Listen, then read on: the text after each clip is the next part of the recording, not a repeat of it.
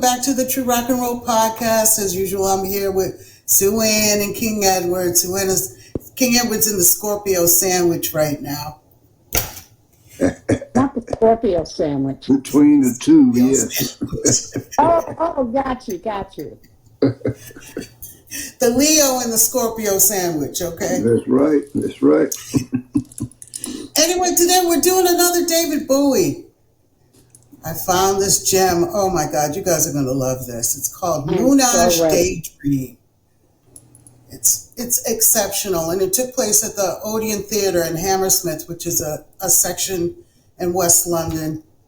As a matter of fact, somebody who I really, really loved, who just passed away, lived right between Hammersmith and Shepherd's Bush, and that's where I used to stay whenever I went to London. It was great because all the clubs are there and the live venues to go to different shows and things. So I just wanted to give a shout out to Morris, who's also a Scorpio. You know we get a bad rap, Sue, Scorpios.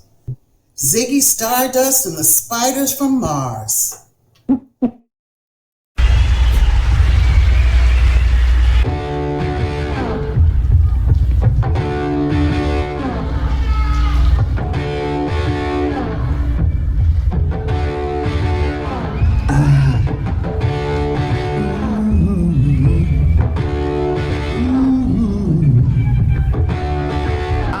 Alligator. I'm a mama, papa calling for you. I'm a space invader. I'll be a rock and roller bitch for you. Keep your mouth shut. You're squirming like a big monkey bear, and I'm busting up my brain for the world. No, I am. Keep your legs free, I'll be made. Put your ring up to my head. Press your space close to my mouth. Breathe down in the Moonage Daydream. Oh yeah. Don't fake it, baby. Lay the real thing on me. You know the church of man. Such a holy place to be. Don't forget, baby. Make me know you really care. Make me jump into the air. If you dare, keep your legs. I mean, he was amazing. King, you were talking about the haircut the other day, right? It was called a shag. Do you remember that? Yes. The shag haircut. And apparently their hairdresser, her name is Susie Ronson, and I'll tell you about that in a minute, was his mother's hairdresser. Wow. And so she started being the hairdresser for them too. And eventually she ended up marrying the guitarist Mick Ronson. Wow. Wow. But if you notice, he has the shag haircut now. The video that we had the other day, he didn't have that haircut yet. But they were something else. They were out there. He just transcended. He was always reinventing himself, and I used to love it. I always wanted that kind of. I used to just call it the Mohawk haircut because even Joan Jett had that vibe. Back Joan Jett did it. And, right. I thought the Mohawk was the one with the thing on top. Because Billy Idol. Billy Idol was the one who had the Mohawk, remember? Yes. So what were you saying about Joan Jett? Yeah, I mean, Joan Jett is like, even like today, they like that hairdo was like a mullet, they call it today, something like that, right? So maybe, yeah. Yeah. Right. So they wear it today. I have a few of those wigs like that. Mm-hmm. Yeah. But everybody wanted to have a shag haircut at the end of the 70s and the early 80s. Absolutely. I'm going to bring it back when I go on the road. Yes. Sounds good to me. But I just love him because he was such an innovator, and he just he reinvented himself all the time, man. Like I'd never heard that era like that. Heard him in that. Really? And I actually saw something the other day when he was even younger, like maybe 15 or 16 years old, and he's like almost platinum blonde, and they sort of had him styled to be, I guess, one of the rockers of the late 60s. But he just flipped that whole thing on its side. On its own. But in a completely different direction with it. Love him. So did people did they like him like that? Like, what made him big? Like, was it his look, or was it the hair, or was it the did he have? I think it was what you talk about all the time, concept, what is it? Concept, Image and direction. presentation. And boy, did he have a presentation. Right. He was very in touch with his female side, that's clear. Yeah, he was in touch with it. Very in touch. Yeah. So, King, what do you got for us? Well, about David? Mm-hmm. Yeah, well, he was the first of everything back in the day, Mm-hmm. His style, his wardrobe was different from anybody. And also just his look, period, he was a trendsetter, actually. Yeah. Really was. Yeah. Really Yes. was. So All right, let's get back into it again. All righty.